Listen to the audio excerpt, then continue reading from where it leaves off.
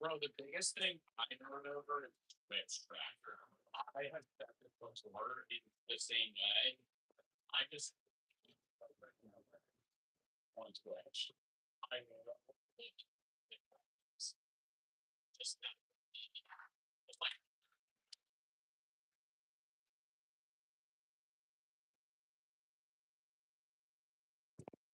fucking 60K viewers. Just always 60K average viewers. Never more really, never really less. Just okay, he's a top five streamer forever.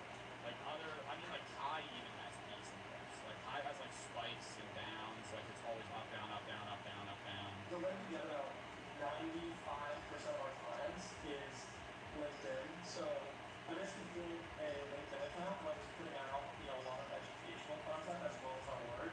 Over time, when people are like, hey, I need to either figure out a strategy for coming to a launch or I need someone to make video. Dude, I'm so happy I like don't use LinkedIn. I know it's very useful, but it's so annoying when somebody's like, yeah, LinkedIn, I had to make a work profile. Oh, Contact who are the people that they follow. yeah. I don't do cold outreach, I don't do phone calls. I also use consulting as a way to get clients. So you do a paid consulting call. At the end, they also need someone to execute. That's where we also come in. So it's like I'm not paying, they're paying for the lead. Yeah. Cool. Yeah.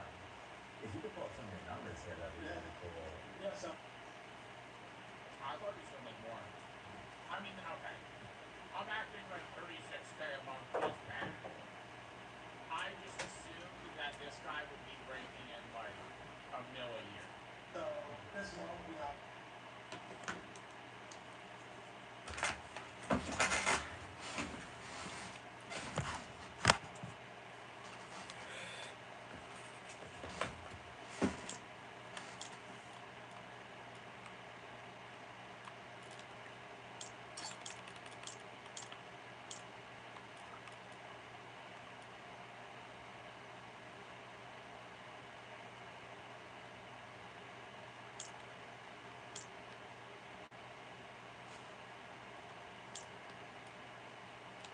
Oh. Yeah, that's pretty horrible.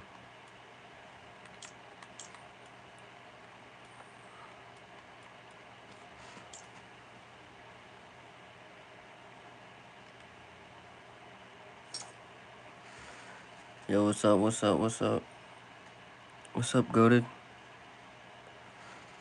Doing some reload right now, for real. Do some reload.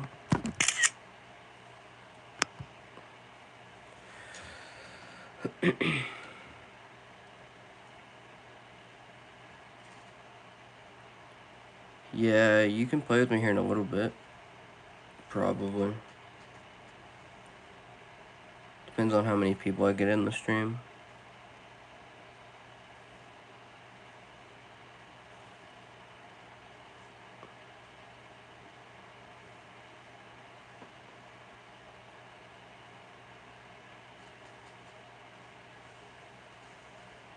Of course, bro.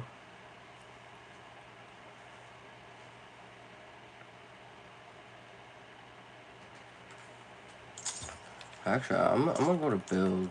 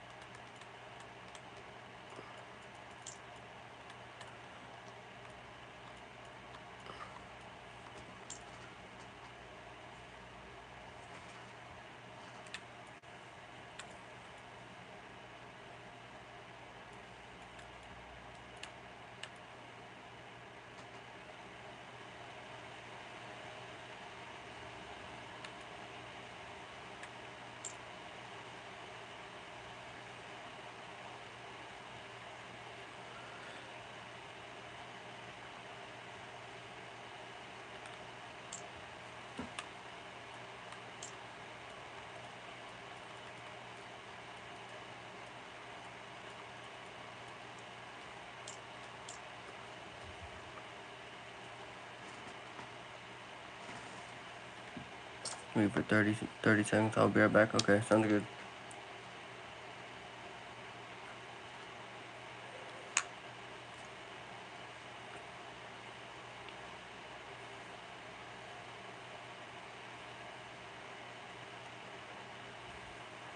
Alright, welcome back. Welcome back.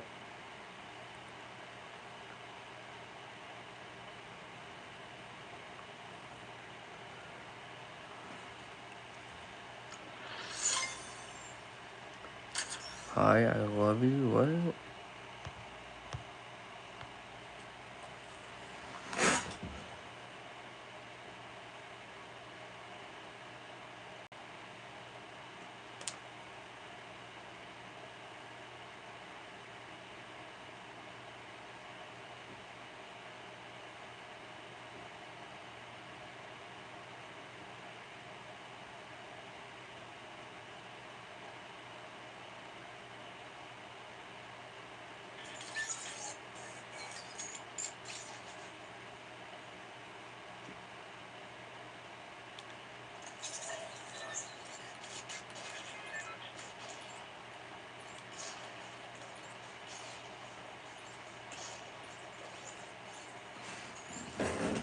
Yo, what's good? Welcome in, guys. Welcome in.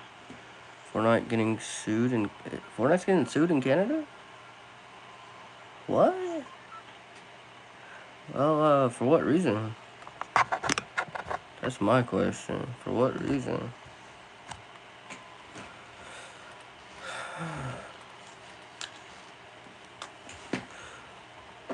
I play on Switch, 100 to 500 ping. Jeez, bro. Jeez, bro. That's insane.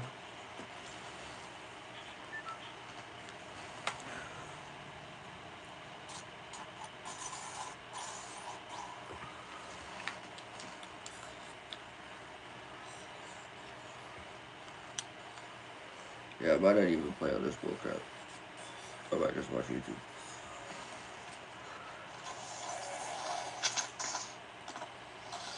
Bro, look. Bro, look. Like, I can't even. I'm probably not even gonna play. I'm just gonna watch YouTube after this. To be honest, I can't even do anything. Like, I can't even hit the yeah. Like, bro, can I do anything? Like, I can't do anything.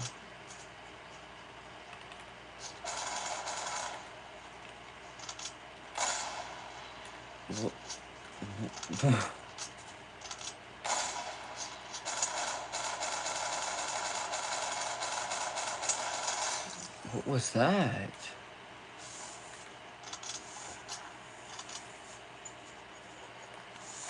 Yeah, I'm just gonna react to videos after this. To be honest, I'm not doing this.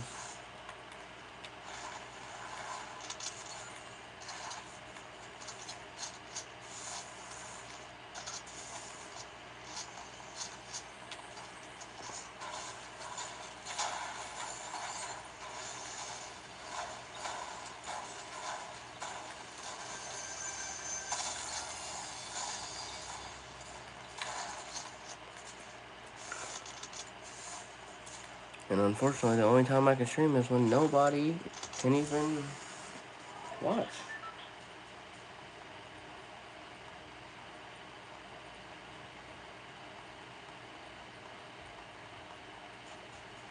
Because everyone's in school, so yeah.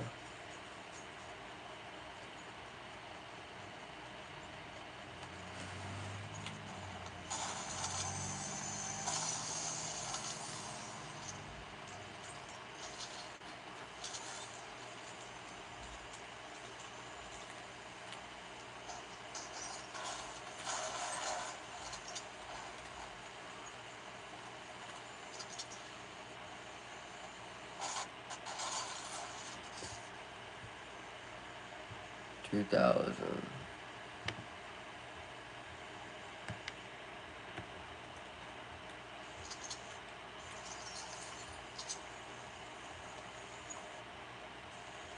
Oh no, I can't even.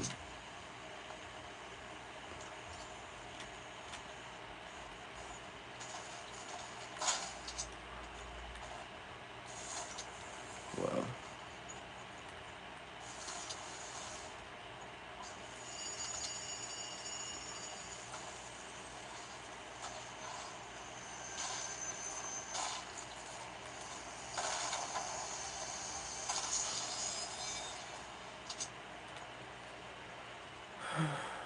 I can't even play the game, bro.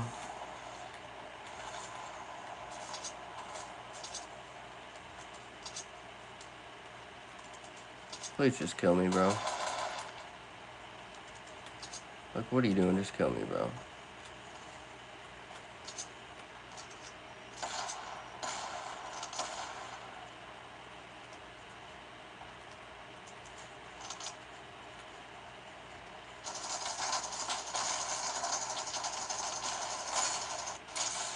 Oh.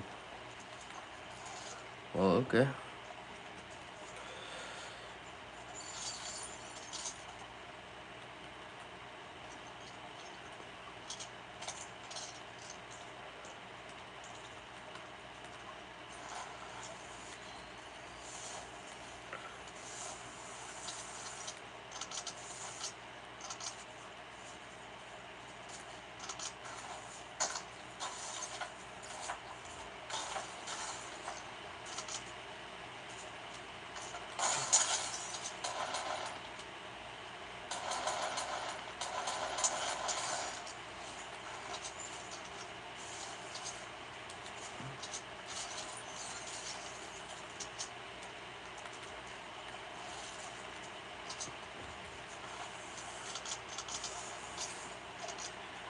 Yes, sir.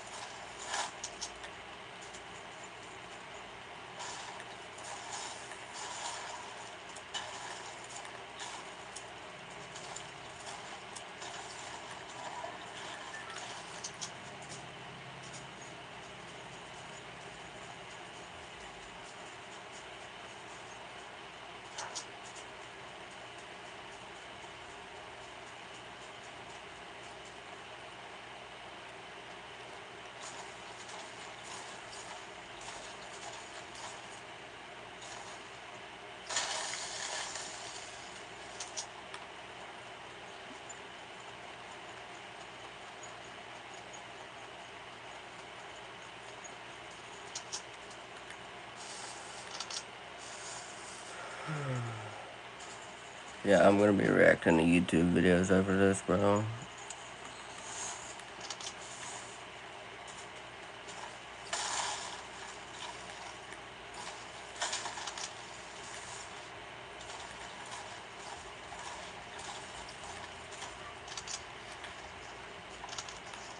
Like right now. Hey, it just freezes and fights. Like, what can I do? Absolutely nothing. So therefore, I will be exiting out of Fortnite.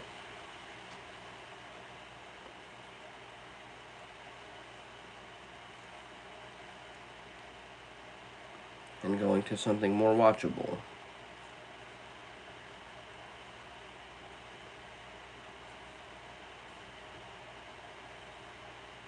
It don't matter.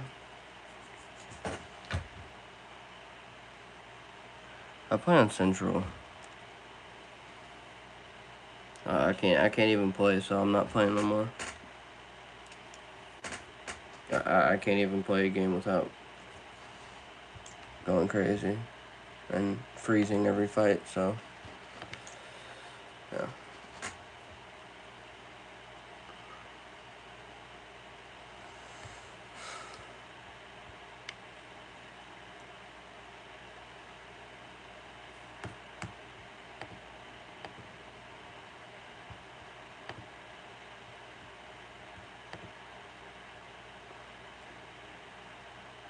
So we're gonna be doing YouTube. And what's up, Evan? Looks like this is the downfall of my fucking career. Until I get my PlayStation back. The downfall of my career. Imagine that.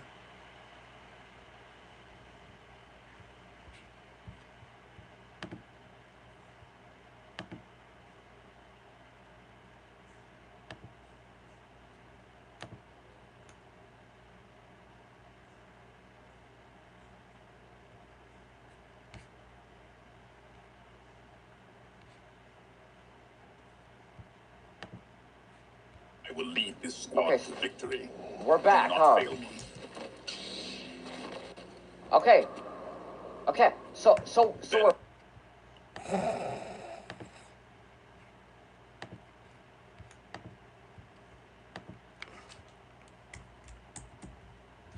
You ready, chat? We're gonna be reacting to our own video.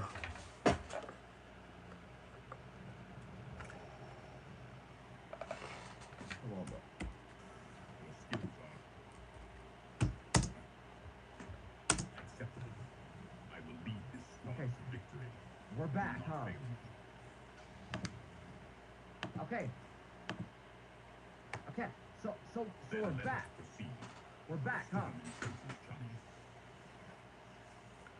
Alright, sounds good, Evan. You remember me from the last game, sir?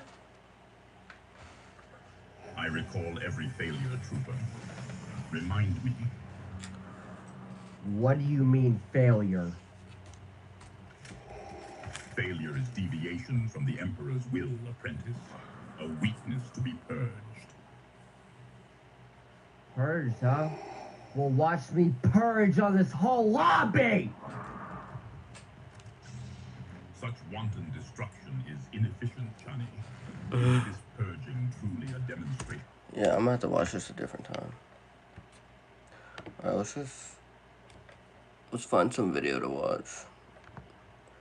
These hurricanes are doing something weird. Okay, let's see then.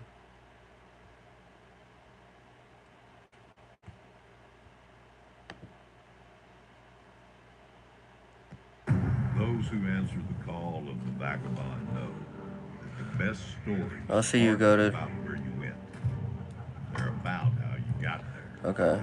Because they know the real destination.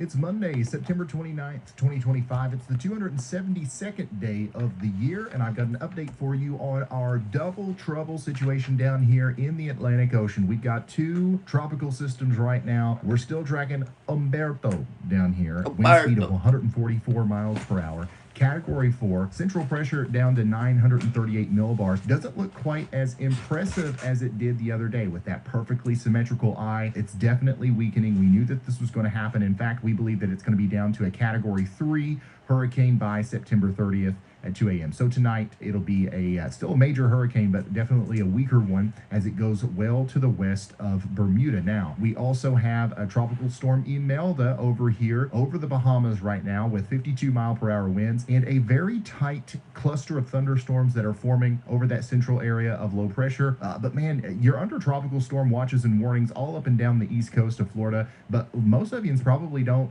notice anything from this. We're going to have some rough surf. There will be a period of time where we get get some winds and some thunderstorms, but for the most part, we are not getting a tropical storm of any sense in Florida, Georgia, South Carolina, or North Carolina as the storm continues to go along its track, which we do expect a very sharp turn to the east as Humberto pulls on it. Once again, this big hurricane over here is saving us from Imelda making a landfall up there on the southeast coast. We still expect Imelda to become a hurricane today, maybe tomorrow, with 75-mile-per-hour winds, as it does eventually go over towards Bermuda. But for the most part, man, this is a best-case scenario if I've ever seen one. All right, let's take a look at what that radar could look like as we go through the day today into tomorrow. This is pretty much right now as I'm uploading this. You can see that we're going to have storms continuing to pop up all around that central area of low pressure. Most of them are going to be out to sea. I think we're going to have a little bit of a water spout outbreak over here east of the Bahamas. If you know any fish out here, let them know. We're going to have pretty much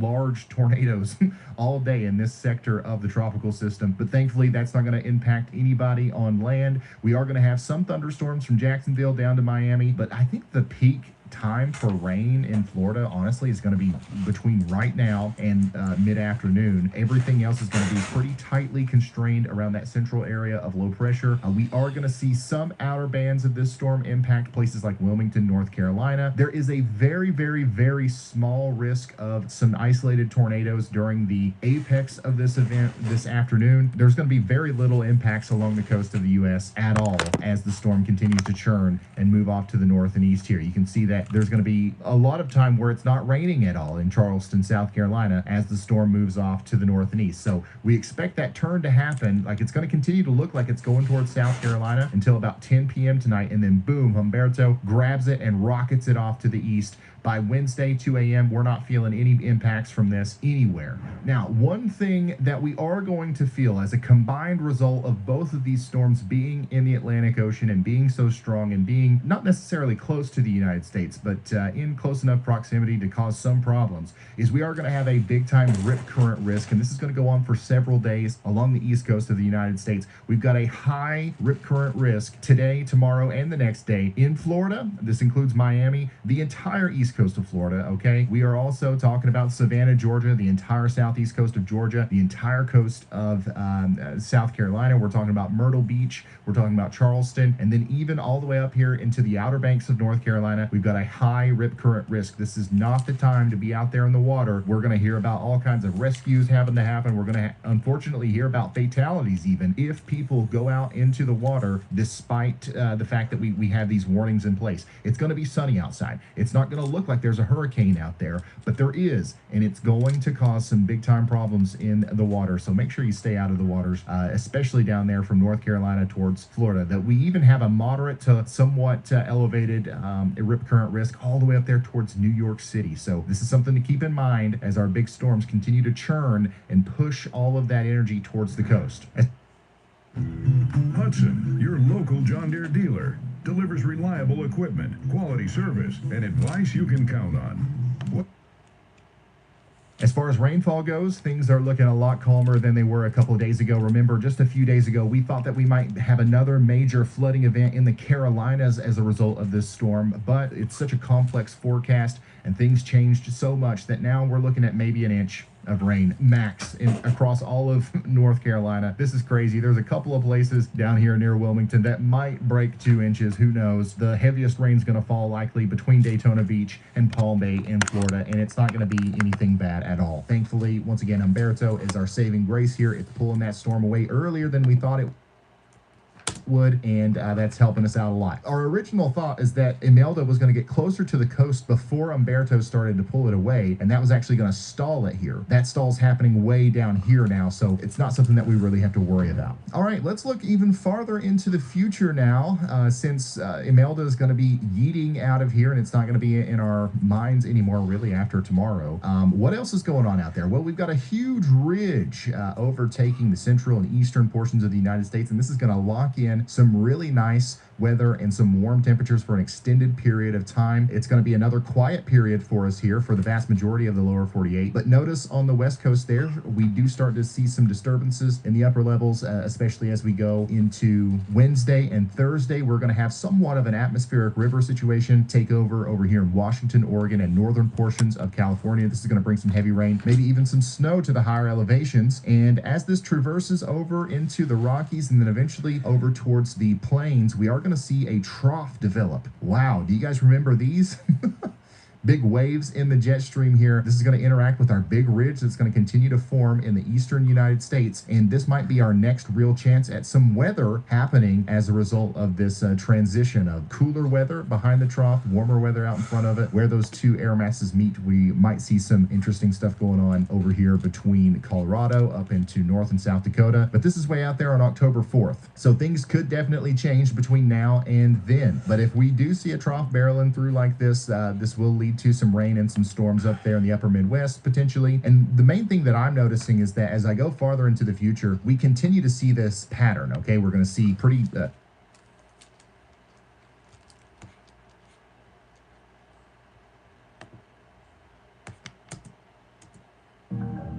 Warning responsibilities now fell on the NWS office in Atlanta, who already had issued their own tornado emergency right before entering Smith Station. While Smith Station was getting hit by the violent long tracker, an embedded supercell to the west was spooling up seemingly in line with what had already been mowed over. Western Lee County found themselves under yet another tornado warning in less than an hour for a completely different storm. At 2:27 p.m., this new supercell planted a tornado 5 miles south of Tuskegee, Alabama. It tracked northeast towards the devastated areas of Lee County. Tuskegee. Back over in Georgia, the still ongoing original tornado cut through the rural areas north of the Columbus suburbs. Yo, Occasional W homes would be Tuskegee. subjected to the full force of the tornado, suffering similar fates to those of Lee County. The embedded supercell to the west drew in on Lee County, with NWS Birmingham confirming yet another damaging tornado on radar. With estimated peak winds of 115 miles per hour, this 3/4 mile wide tornado comes within an eighth of a mile of Yo, they got hit back to back, chat. For the next 12 miles, this second tornado carved a parallel track of destruction, disrupting the rescue efforts as first responders had to find shelter themselves. Among the first responders in the chaos is the neighbor of Vicky Braswell. Armed with a chainsaw, he'd cut his way into the flipped structure and freed the 7 inside. Vicky was the most injured. Despite life-saving efforts from the neighbor, she would pass.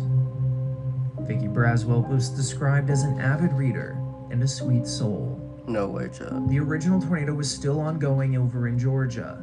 It struck the small town of Talbotton, where more homes would be reduced to slabs of concrete. Finally, after 76 minutes of terror, the tornado occluded in the rural woods 10 miles east of town. Back in Lee County, 11-year-old Kayla Grimes is fighting for her life. It had been 45 minutes since the tornado, where she still remained in the debris of what was once her home. She'd be rescued by first responders, where the extent of her injuries would be uncovered. Multiple bones were broken in each of her legs. Her right wrist fractured, spleen ruptured, bruised lungs, and even an injury to her eye. It was a miracle that she survived. Other first responders upstream from the Grimes household reached the hardest hit areas at the intersection of Lee County Roads 36 and 39. It is quickly realized this is a mass casualty situation. In a devastating discovery, 10 of them found were relatives in one form or another, with ages ranging from 38 to 89 years old. As searches ran through the night and into the next day, the total loss of life in Lee County, Alabama climbed to 23, making this the most lethal U.S. tornado since the Moore EF5 in 2013. Another 90 sustained serious injuries requiring treatment. For people with eosinophilic esophagitis or EOE, you can Alright, let's do another one, chat. or just deal with symptoms. Dupixent is a breakthrough treatment proven to help reduce inflammation in the esophagus and improve swallowing. Severe allergic reactions, including skin reactions, can Most occur. things. Get help right away if you have trouble breathing or weak. The most dangerous tornado in Alabama's history. This was Alabama's 9/11. Ryan Chandler and Nate Hewitt hopped in a car with one goal in mind: to witness a tornado's fury in person. Throughout the ride, they'd been blasting ABC 3340's continuous coverage of the historic tornado outbreak unfolding across Alabama. They had been hearing constant warnings blaring through the speakers. Stop now. At the next exit, the next convenience store, go into a business that will let you in. If you know anybody that maybe doesn't have electricity and cannot watch us or listen to us, make a call. But no one was going to stop the duo's bucket list quest to storm chase a tornado. The reason wasn't exactly duty-driven, like trying to warn people in advance or help out with rescue efforts. Nate Hewitt was driven by the frustrating fact that despite growing up in Alabama, a place famous for its tornadoes, he had never witnessed one firsthand. Such an odd obsession. But who are we to judge? Moments later, the two got their wish and unexpectedly recorded what would then be one of the most viral videos of close tornado encounters. As they were driving alongside Interstate 359's freeway, they came face to face with a massive tornado. Debris swirled. Horizontal vortices, or the spiraling tubes that only form in the strongest tornadoes, were spinning off in every direction. All of a sudden, they realized they were in the direct path of the very tornado they'd been chasing. The scenario instantly shifted from a thrilling bucket list adventure to a fight for survival. We need to go that way. God damn it, go back. We're fine. Taylor, go the back. I'm not kidding.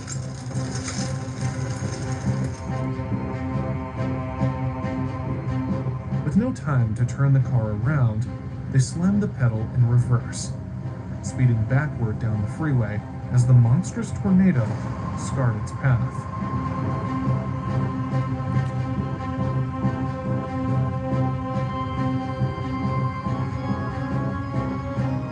What the two didn't realize at the time was that they were also recording the very moment the tornado claimed its first fatality.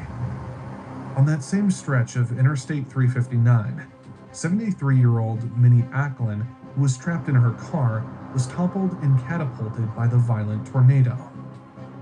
She was the first of 65 people who would lose their lives to the EF4 tornado in Tuscaloosa.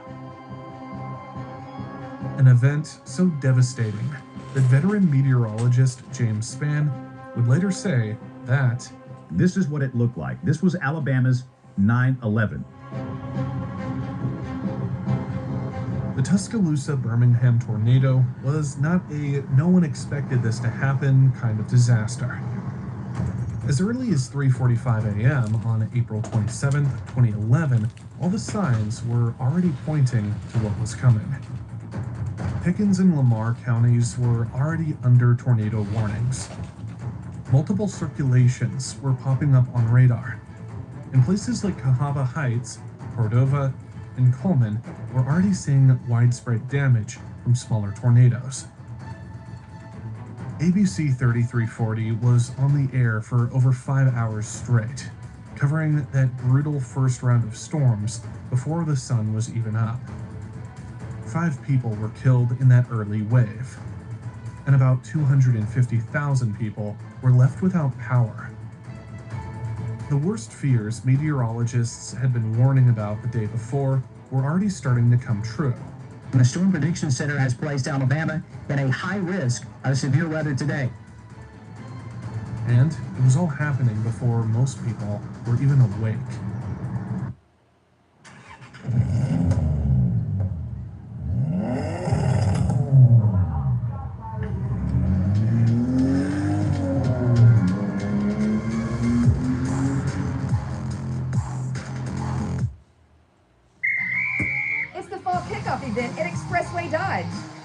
for bid with a new 2025 Jeep Wrangler 4x4 as low as $289 a month. Or a new 2025 Jeep Gladiator 4x4 for just $243 a month. That's a touchdown deal. Plus a new 2025 Jeep Grand Cherokee Laredo 4x4 for just $469 a month. Rush to Expressway Dodge Chrysler Jeep Ram in Evansville and tackle these great deals during our drive-in. By midday, things got quiet. But this was quite literally the calm before the storm. At 2 p.m., ABC 3340 was live again. Right off the bat, there was no good news in sight. The broadcast started off intense. James Spann, the station's chief meteorologist, immediately delivered urgent, almost frantic warnings about where to go, what to avoid, and what was coming next. Supercells were forming all over the place.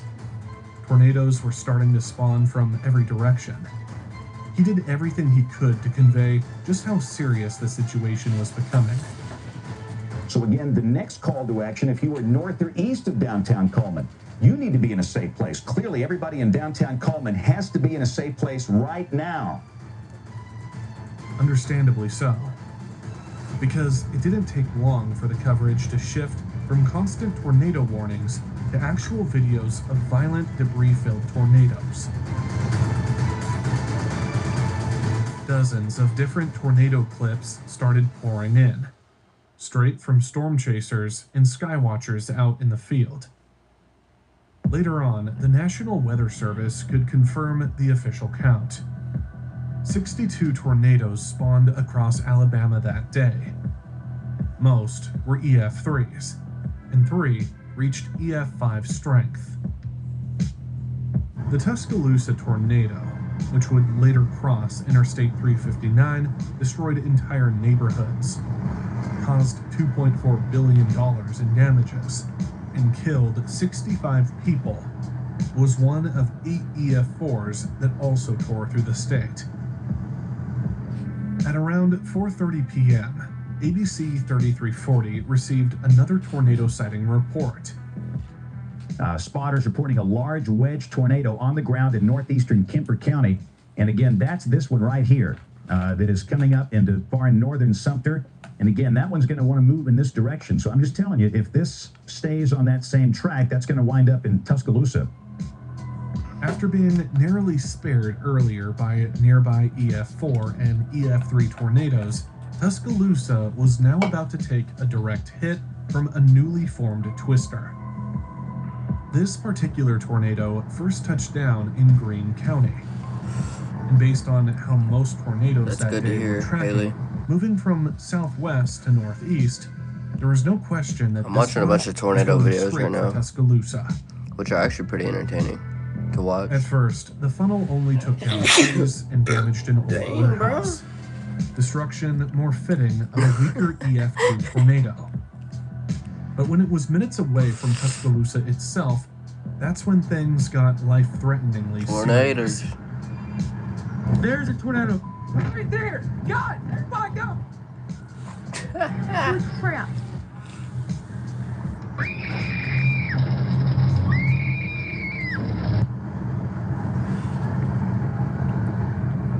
Mike Wilhelm, who was working with ABC 3340's Skywatchers, was among the first to capture a video of the tornado. I was in a tornado last year.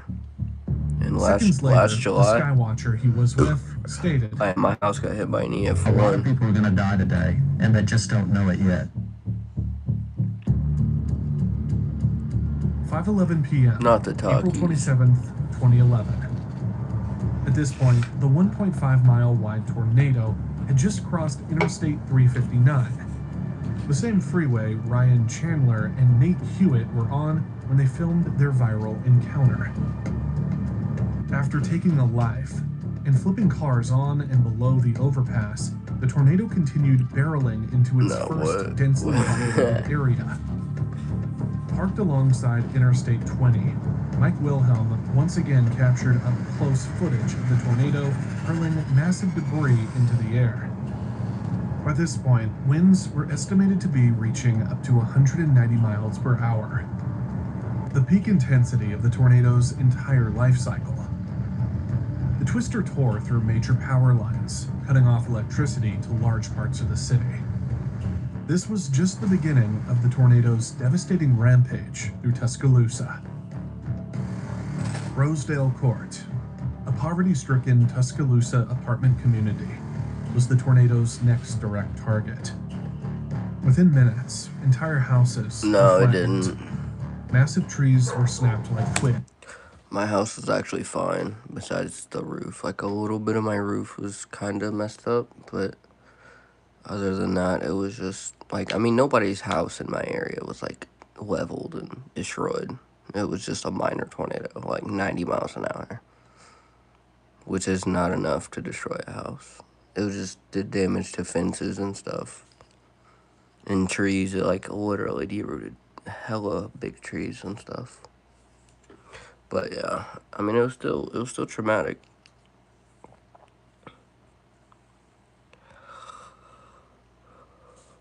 Cause it literally just touched out at my neighborhood, and I'm like lifted like 2 blocks down. But it was fine. And 5 more people, including a 15-month-old baby, lost their lives. One of the victims was a 15-year-old who had been sitting in a parked car outside the apartments. The tornado ripped the car apart, and his body was reportedly thrown over half a mile away by the intense winds. Later on, Ryan Chandler and Nate Hewitt would come across the horrifying aftermath at Rosedale Court. While driving through the debris-strewn streets, they would encounter a traumatized woman, desperately screaming for help. Can I use your phone? Yeah. Oh my God! It just went right through. What number you need? It just went right through the city. The police are all over the place. The tornado continued its path from Rosedale Court toward Charleston Square, an apartment complex mostly occupied by students from University of Alabama.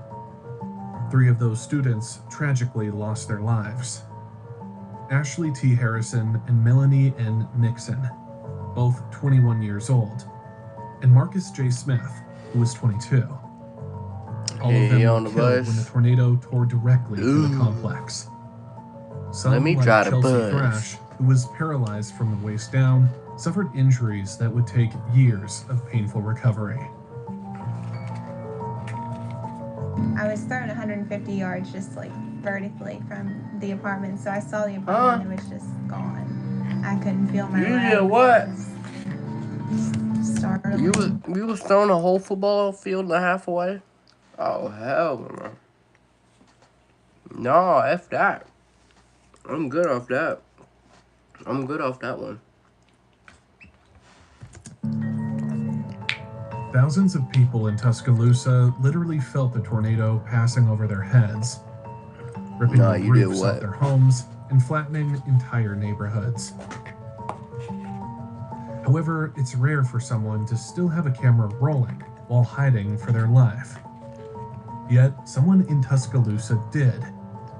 Someone was brave, or maybe just stubborn enough to keep recording, even with the risk of not making it out alive. At around 5:20 p.m., Brad Lawrence, who lived in northeast Tuscaloosa, was standing in his front yard with his friend Josh.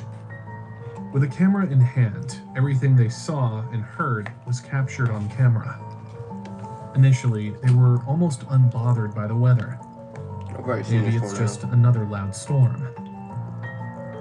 But when they noticed debris flying closer and the roar of the tornado growing louder, they made what they possibly still consider the wisest choice of their lives.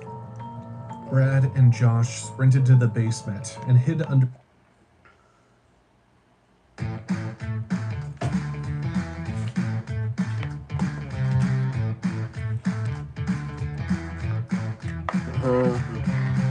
Three allegedly true school lockdown horror stories. I was in my 2nd year of high school.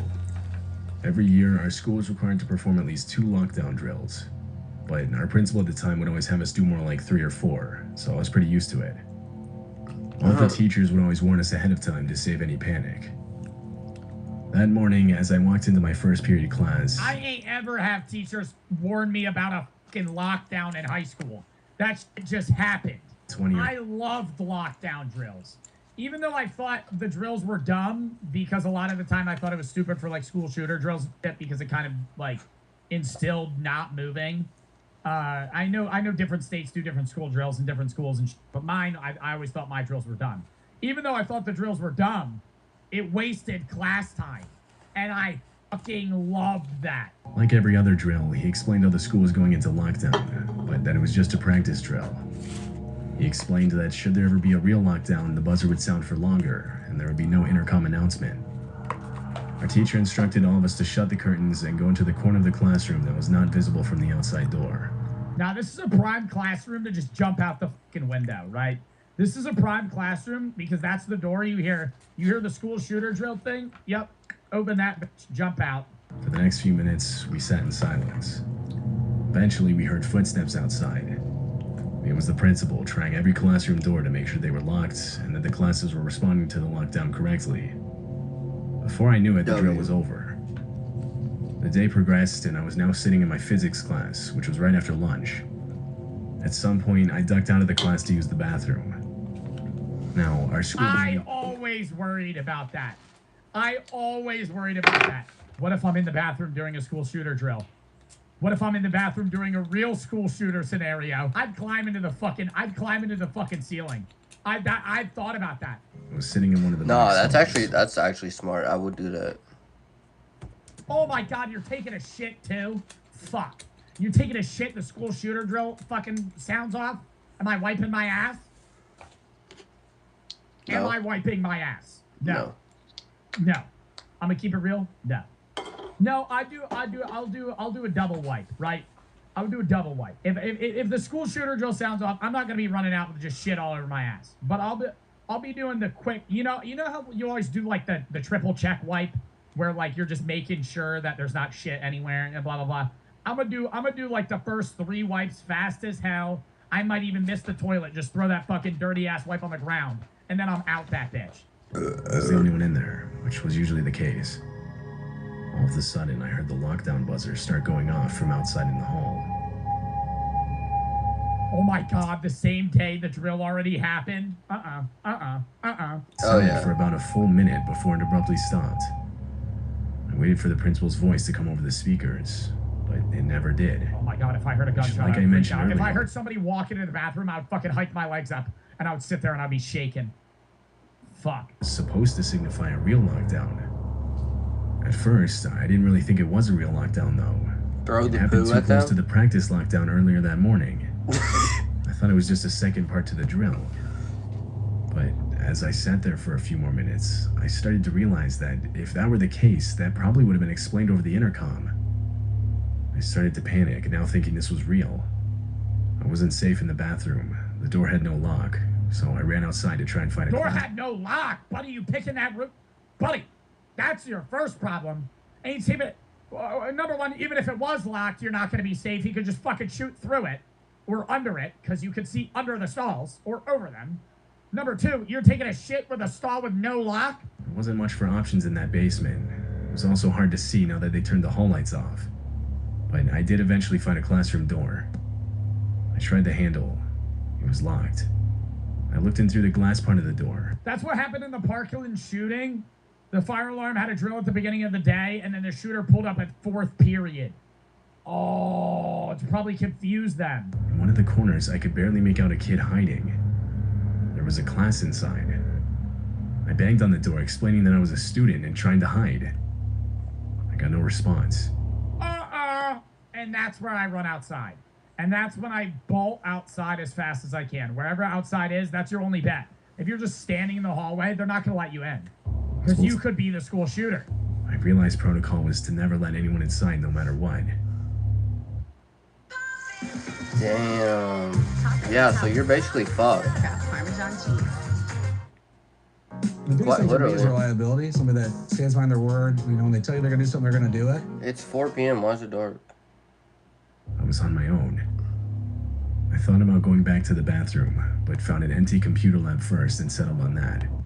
Another drill, he explained how the school was going into lockdown, but that it was just a practice drill. He explained that should there ever be a real lockdown, the buzzer would sound for longer, and there would be no intercom announcement. Our teacher instructed all of us to shut the curtains and go into the corner of the classroom that was not visible from the outside door. Now, this is a prime classroom to just jump out the fucking window, right? This is a prime classroom because that's the door you hear. You hear the school shooter drill thing? Yep. Open that bitch, jump out. For the next few minutes, we sat in silence. Eventually, we heard footsteps outside. It was the principal trying every classroom door to make sure they were locked and that the classes were responding to the lockdown correctly. Before I knew it, the drill was over. The day progressed and I was now sitting in my physics class, which was right after lunch. At some point, I ducked out of the class to use the bathroom. Now, our school... I always worried about that. I always worried about that. What if I'm in the bathroom during a school shooter drill? What if I'm in the bathroom during a real school shooter scenario? I'd climb into the fucking ceiling. I've thought about that. I was sitting in one of the back stalls. Oh my God, you're taking a shit too? Fuck. You taking a shit, the school shooter drill fucking sounds off? Am I wiping my ass? Am I wiping my ass? No. No. I'm gonna keep it real? No. No, I'll do a double wipe, right? I would do a double wipe. If the school shooter drill sounds off, I'm not gonna be running out with just shit all over my ass. But I'll be doing the quick, you know how you always do like the triple check wipe where like you're just making sure that there's not shit anywhere and blah blah blah. I'm gonna do like the first 3 wipes fast as hell. I might even miss the toilet, just throw that fucking dirty ass wipe on the ground, and then I'm out that bitch. I was the only one in there, which was usually the case. All of a sudden, I heard the lockdown buzzer start going off from outside in the hall.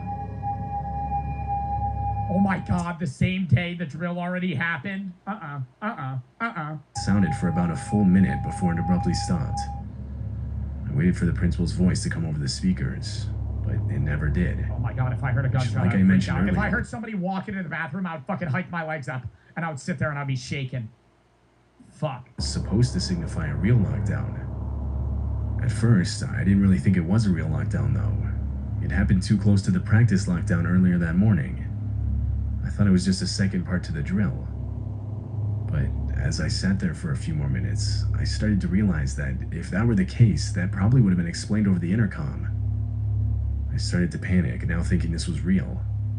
I wasn't safe in the bathroom. The door had no lock, so I ran outside to try and find a door had no lock. Buddy, you picking that room? Buddy, that's your first problem. Ain't safe it. Number one, even if it was locked, you're not going to be safe. You could just fucking shoot through it or under it because you could see under the stalls or over them. Number two, you're taking a shit with a stall with no lock? There wasn't much for options in that basement. It was also hard to see now that they turned the hall lights off. But I did eventually find a classroom door. I tried the handle. It was locked.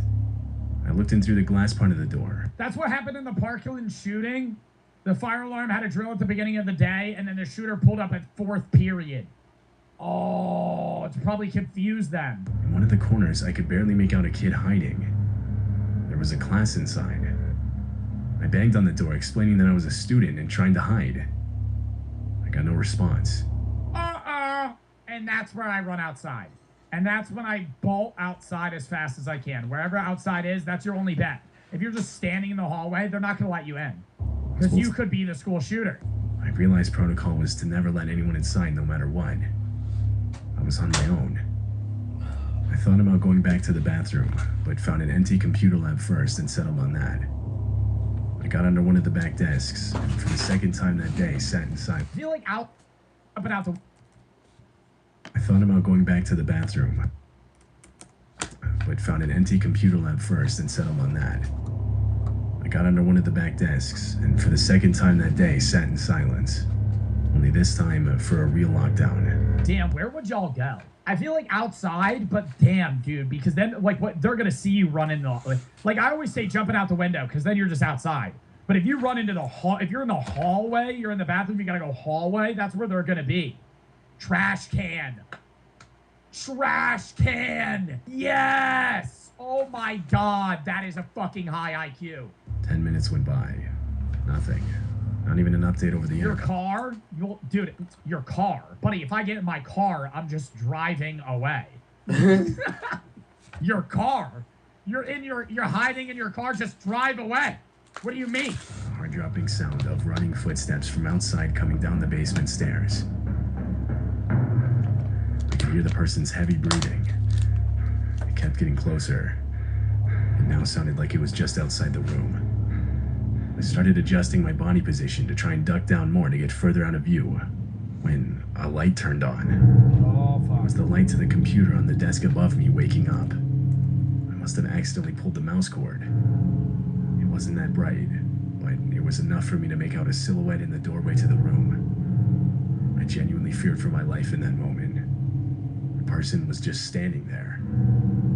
I prayed they wouldn't enter the room, and after what felt like an eternity, they turned and continued running down the hallway. A few minutes later, and the lockdown was over. The school tried to keep the incident silent, but it eventually got out. Apparently, a kid in my grade that I actually slightly knew stole his dad's gun and got into school through a back door he left propped open earlier in the day. Police showed up to the school and detained him before any bullets were shot. They later searched his backpack and found a paper with a list of names on it, which they believe was who he meant to kill that day. And imagine your name was on that list. Nah. I never heard if the kid just got scared and decided not to do anything, or if he just genuinely didn't find anybody after entering the building. Either way, Bro, I'm making sure that motherfucker gets a life sentence. When he's out, I would move states. When he leaves, whatever state he's in, I'm not. What did you do to get that kid to want to kill you? Probably bullied him. Being real. Claude, I'm home. Nancy, it's time for a litter vent. Back in October of 2016, for whatever reason, these killer clown sightings kept number 2 getting reported around America. Real or fake, videos of them would almost always get posted somewhere. I always said killer clown, bro. Yeah, I remember that dumbass trend. Killer clown, bro. Somebody steps in front of my car dressed as a killer clown at that time. I'm running them the fuck over. You're not about to get me to pull over and then yank me out of my car and stab me. I'm running you over, okay? You have no business dressed in a clown outfit in the middle of the fucking road. So don't try and reason with me afterwards that you were just trying to get some help with your fucking broken down car. Buddy, the traveling circus hasn't been here in 10 years. I'm running you the fuck over. For that whole month, it was all over the news. I remember in our town specifically, it kind of got out of hand. People in the area were committing real crimes wearing clown... Somebody said maybe he deserved it. Yeah, I don't think that kid deserved death. What kind of bullying would deserve death? Back when this was happening, I was in high school. Throughout that whole month, many of the staff and student school emails received threats. They were always from a different random email address, so there was no real way of blocking them. Did I tell y'all about the one time we had a school shooter, actual, not drill, but threat? My junior year, which would be 2018, 2019, I was in my Spanish 3 class. I think I briefly told this. The day before, this one kid kept telling everybody in choir how easy it would be to kill everybody if he wanted to during mass. And somebody told the teacher, and I don't know if he actually said he was going to kill everybody, but he was talking about it pretty weirdly. And I was sitting in one of the buildings after this threat came out. It wasn't even a drill. They were serious about it. And I was sitting there, and I was in my Spanish 3. The teacher was Father Jerome, who is now passed. Rip in the chat. I'm sitting there, and me and Father Jerome used to have some beef. You know, I had him a few times. He was one of the only priests that I actually had for multiple classes. And I was sitting there and I was telling Father Jerome, I said, Father, if I hear a gunshot, I am not sitting in this building. And I told him that. And he didn't respond. He just looked at me. And I was dead ass Father, if I hear a gunshot right now, I am out of this building faster than fucking Bugs Bunny, faster than Roadrunner. I'm out of that bitch. Like Vin Diesel in Fast and Furious 10, the trailer we just watched. I am not fucking sitting here waiting to die. 20, 30 minutes go by, way longer than a regular drill. We're almost sitting there the whole class period. And they eventually come up and they're like, okay, it's okay. Kid got suspended for 2 weeks, comes back. Buddy went to like therapy or some shit. They let him back. I'm like, yo, you're out of your fucking mind.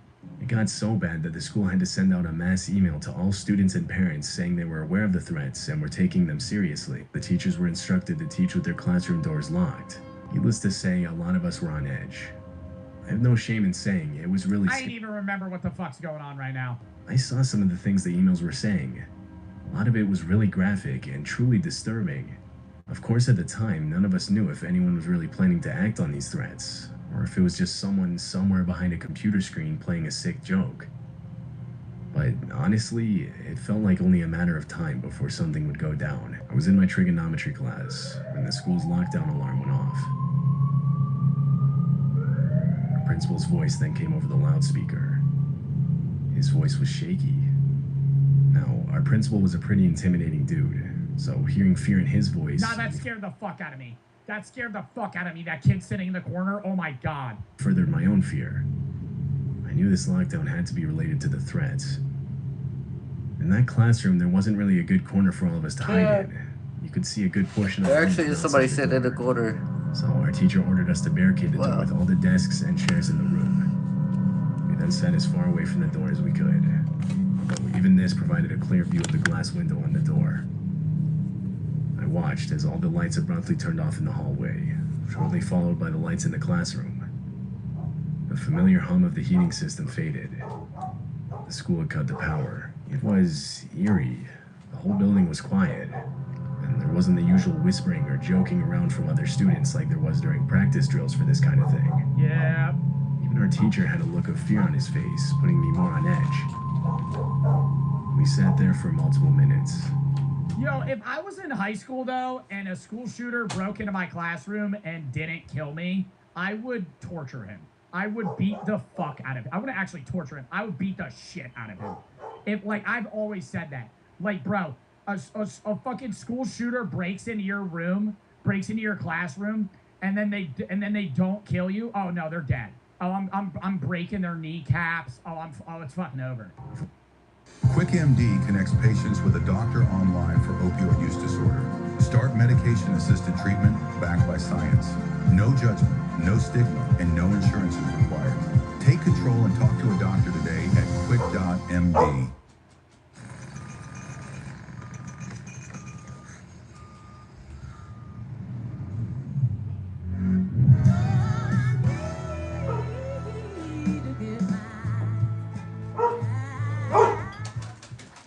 Voice started yelling.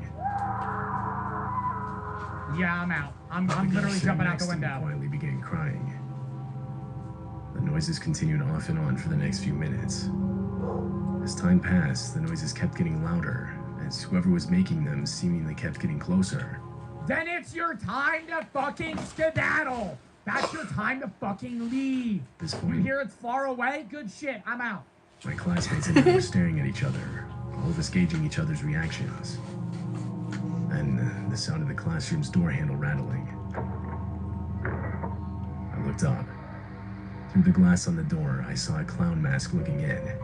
The person stood there for a while, not doing anything. I don't believe this. Then they abruptly ducked down out of view, and the sound of the door handle rattling continued. What if he farts? They were trying to pick the lock. We all sat there listening to this happen when the lock disengaged. Immediately, the full body force of this person smashed into the door. The desks barricading the door slightly shifted back. This happened a few more times, but not much progress was made. They eventually gave up, and we could hear their footsteps running away down the hall. When police arrived, they cleared the building and escorted all of us out. No one was ever found responsible for the lockdown. What? It's believed at least 3 people dressed in clown costumes entered the back entrance of the school that day, intent on making true to the threats sent over email. At the Principal time, said that's when I get scissors and stand behind the door. No, that's when I barricade that shit more laying on the ground. the school did have some cameras, but during the lockdown they cut the power, so they never caught anything. This happened in 2013. I had graduated college the year prior with a degree in education. I wanted to be a teacher and was able to land a job at a nearby high school. The first few weeks, I was shadowing another teacher, as they called it.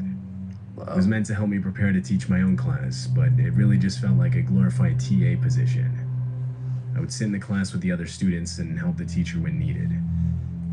It was a chemistry class, and on one of the lab days, we required those flasks used for chemical reactions, measuring solutions, and stuff like that. All of that type of stuff was kept in a supply closet on the other side of the building. I made my way out of the class and started heading over there. After 2 minutes, I got was locked in the chemical room one time in my chem class. I got really nervous too because it smelled pretty bad and I thought I was gonna die. All of a sudden, my phone went off. It was an automatic text message from the school. Being a part of the staff, we were required to sign up to receive these automated messages. The text explained how the school was going into lockdown and that it was not a drill. By the time I would have made it back to my class, the door would have likely already been locked. Buddy so I opted to hide in the closet by myself. I turned off the light and closed the door. I'm hiding in that trash can. There wasn't much room to sit down. I had to just stand there in the dark. After a few seconds, the lockdown alarm sounded from the speakers throughout the building. The usual ambience from inside nearby classrooms immediately died down. It was now completely quiet. The trash can strat.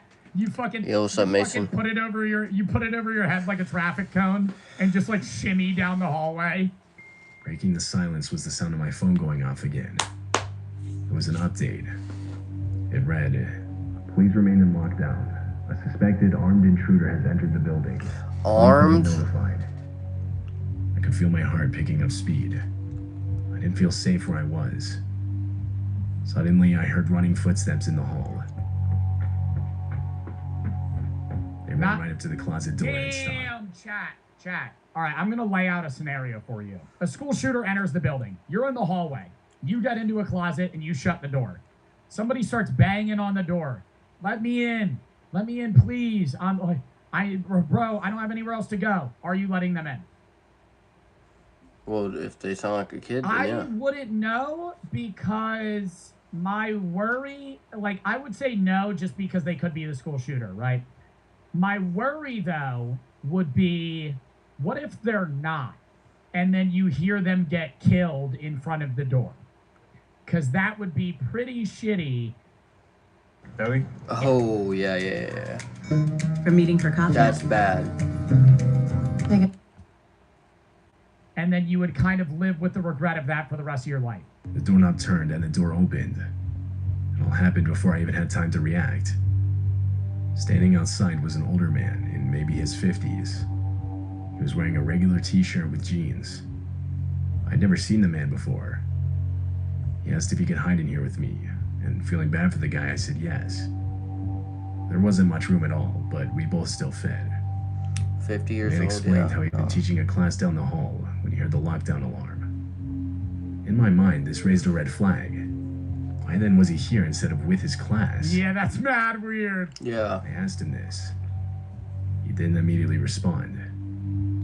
Interrupting the silence was again the sound of my phone. It was another update from the school. It's another update from the school. Suspect presumed to be in 50s. Look, and then it just describes what he looks like.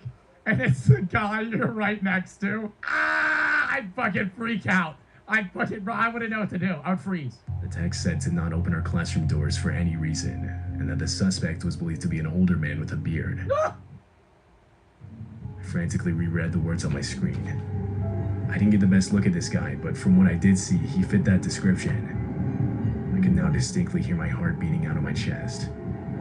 I made a split-second decision. I opened up the closet door and ran. I went straight to the nearest exit and out to my car in the parking lot. When I got there, I looked back behind me. I didn't see anything. I don't think the man followed me, or at least he didn't follow me outside. From there, I got in my car and left. I'd say around 25 minutes later, I received a final update text explaining that the police had cleared the building and the lockdown was over. I later learned the man had gotten inside by convincing the front desk that he was there to pick up his kid, but that a lockdown was called when they saw a gun holster around his waist as he was walking down the hall. Several teachers reported their classroom doors being forcefully struck during the lockdown from someone trying to open them. The man was gone when police arrived, and they were never able to identify him. He was caught on the school security cameras, but they never showed a full view of his face. Are you fucking kidding me? However, they did show that he was indeed armed. I saw the videos myself, and I'm almost sure it was the same man hiding with me. Nah! It was also dark in that closet, so I can't be certain. Well, who else would it have fucking been? All right, whatever. Yeah, true.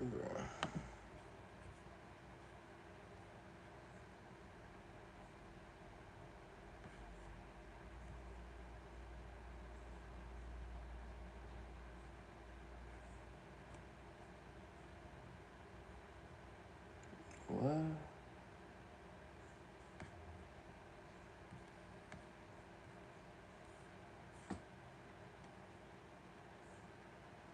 My Airbnb was haunted. There's a bunch of that I'm going to be talking about today. Dude, I haven't worn these headphones in 6 days. I can barely hear myself. It's been a week since I've been live. I'm going to be doing a rant/story time. I am running on 3 hours of sleep, chat. I also think my Airbnb was haunted, so we're going to get into that. Oh my God, I was terrified. That's the reason I slept 3 hours last night, by the way, chat. Genuinely believe there was a ghost in my Airbnb. I don't believe in ghosts. I was skitzing, and I'll tell you guys the story. Starting off, okay, you guys got to listen. It was a ski trip. Number one, I actually wrote down what I had to rant to you guys about, because a lot of things happened. We're going to start off with a TikTok my girlfriend made. This is me. This is my friend. Two bros chilling in the hot tub, 5 feet apart because they're not get. All right. Two bros. All right. Now, off rip, you're probably saying to yourself, Joe, you're in an inflated hot tub in a garage. Is this really what you took your vacation to do? You really missed stream for 6 days to eat a cheeseburger in a hot tub with another guy? Yes. Hey, bro, a lot of people were you can see the comments. Bro said he was going to take a vacation. A lot of people are dissing me saying, oh, Joe, you really took off 6 days to go to this whack Airbnb to sit in an indoor hot tub? Yes. Yeah, I know. People sit here, oh, Joe, that looks ghetto as hell. Oh, you're really in a garage in a hot tub. Yeah, but dickhead, I don't give a fuck. I don't give a shit. Okay? It was nice. It was a good vacation. If I have a hot tub, I don't care where it is. It could be in the dirt. I'm gonna fucking get in that hot tub. Yeah, it's kind of murky. Yeah, the water's really fucking murky. I'm not gonna lie. The water was really murky. It was kind of gross. And I'm pretty sure they didn't wash it before we got in it as well. I'm pretty sure the last people that were in it were pretty dirty and it looked pretty gross. Regardless, though, did I enjoy it? Yes. We went skiing. That's where we're going to start, right? I went to actually 2 different Airbnbs. I went to one with my friends, and I went to one just with Brooke, right? It was like a little date trip.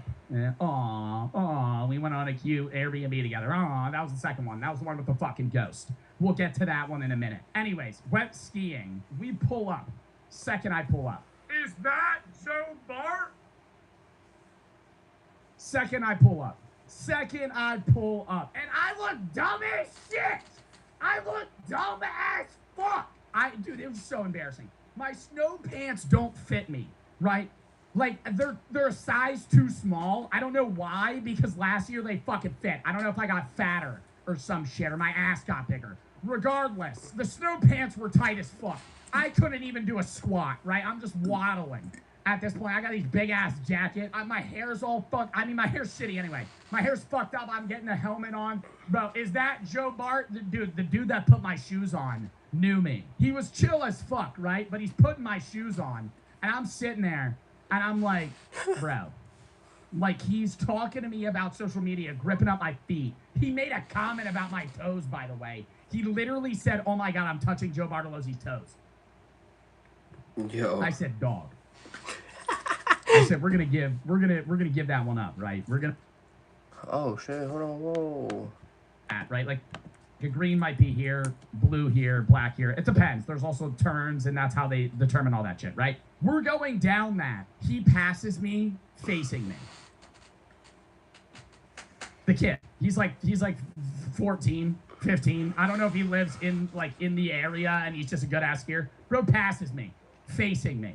I'm heading down the mountain. He's backwards, skiing down the mountain, just doing like tricks too, doing 360s, jumping and shit. I'm like, how the fuck do you know where you're going? I bust ass right in front of him. No lie. I'm going like 45 miles an hour. I suck at braking. I'm a good skier in the sense that like I can get down the mountain without breaking both of my legs, but like I'm not. I don't got no fucking slow mode. He zooms by me, stops, throws me my ski, which slid down half the mountain, and says, "Yo, bro, can I get a flick when you get to the bottom?" Bro actually outdoes me tenfold. Skiing backwards, jumping and shit. I bust ass. He throws me my ski back. And he goes, "Yo, bro, can I get a pic when you get to the bottom of the mountain?" I'm like, "Sure." I'm like covered in snow. I'm like pissed. I'm like, I just fucking busted ass. Sure. Whatever. Like, I'm not mad at him. But I'm like, bro, come on. We stayed until close, by the way. There was one green I went down. No one was there. I thought I was going to die. I thought I was going to die on a beginner hill. Let me tell you why. It was covered in ice. The entire thing. Keep in mind, it's 55 degrees. And I'm skiing on snow. It's not snowing. It hasn't snowed in weeks. It's all fake snow. They haven't used the fake snow in 12 hours. So it's just fucking compacted ice. No one's on the mountain. I bust ass going down this green 5 times. 5 times. At one point, I'm doing the same damn thing that kid was. I'm going down the mountain backwards. Not intentionally, though. I spin around. I'm like, fuck. I spin around. I don't fall. It does a full 180. I'm going down the mountain backwards, penguin style. And I couldn't stop. I'm freaking the fuck out. Yeah, I'm about to snowboard next time I go. Fuck skiing. Anyways, no, but it was a good vacation. Then that vacation, right, we did the New Year. All right.